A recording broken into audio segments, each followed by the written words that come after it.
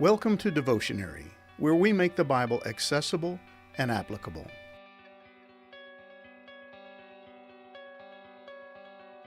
Chapter 18 of 1 Samuel opens up with a description of the new and deepening friendship between David and Jonathan, the son of King Saul. This relationship will play a significant part in the unfolding story of David's life. David, the unlikely hero who had defeated the Philistine champion Goliath, suddenly found himself a full-time employee of the king and a friend to the king's son.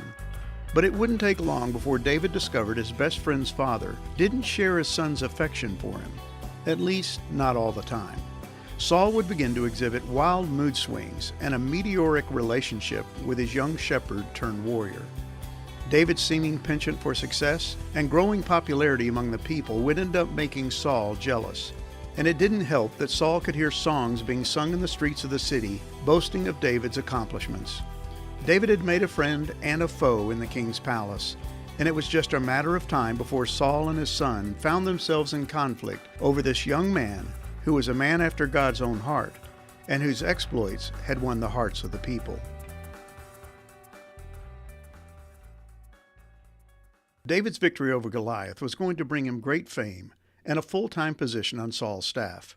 No more dividing his time between the sheepfold and the palace. Saul gave him a permanent place on the royal payroll. Not only that, David was able to strike up a deep and lasting friendship with Saul's son, Jonathan. But David's close proximity to the king was going to result in a growing tension. His popularity among the people was unprecedented. He was a rock star, with a growing fan base, and people were not only singing his praises, they were actually writing songs about him. All of this was far from pleasing to Saul. He knew what the prophet Samuel had said. "But now your kingdom shall not continue.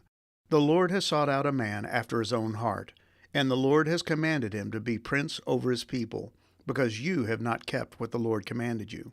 1 Samuel 13, verse 14.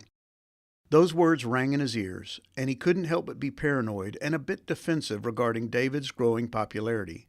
He began to question David's loyalty and wonder whether this ambitious young man would be satisfied with fame.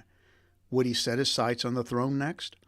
Saul was concerned that David would use his friendship with Jonathan and his access to the palace as the means for staging a coup. He intended to keep David close so that he could keep an eye on him. This part of David's life is fascinating. So far, he has done everything right. He had proven to be a faithful son, caring for his family's flocks, even returning to care for them after having received the anointing of the prophet Samuel. He had obediently followed his father's commands, taking food to his brothers on the front line.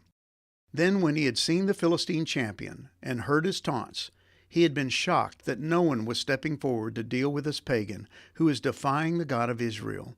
So he stepped up and offered his services to the king, placing his hope in God and defeating Goliath with nothing more than a sling and a stone.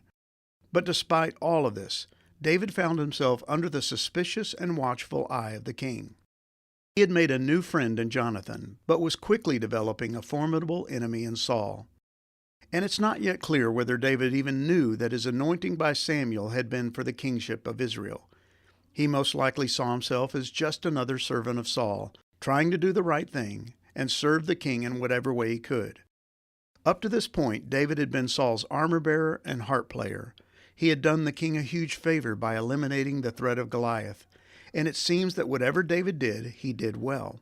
In fact, the text tells us, whatever Saul asked David to do, David did it successfully. So Saul made him a commander over the men of war, an appointment that was welcomed by the people and Saul's officers alike. 1 Samuel 18, verse 5. David was faithful. He had the Spirit of God dwelling upon him, but all his success would prove his downfall. In God's providential plan, he had David right where he wanted him. None of this was a surprise to God. And Saul's hatred of David was not only expected, it was planned. All of this was part of God's divine strategy for preparing David to be king. David had received the anointing to be king, but now he was going to get the practical training required for him to be the kind of king God intended for him to be. Whether David realized it or not, he was being placed in God's boot camp for kingship. David was going to have a ringside seat to watch lousy leadership on display. But there were other valuable lessons that David was going to need to learn in order for him to rule righteously. His world was about to be rocked. Those days in the pasture tending sheep were going to look increasingly more appealing. But God had much to teach David. He was a man after God's own heart. In other words, he had a passion for the same things God did. But now God was going to begin the process of giving David a godly heart. His passion for the things of God was going to deepen. His love for the ways of God would become richer and fuller. His trust in the strength of God would grow. His reliance upon the care and provision of God would increase exponentially. And it would all begin with the growing hatred and animosity of King Saul. Things were about to heat up because God's lessons for David were about to start up.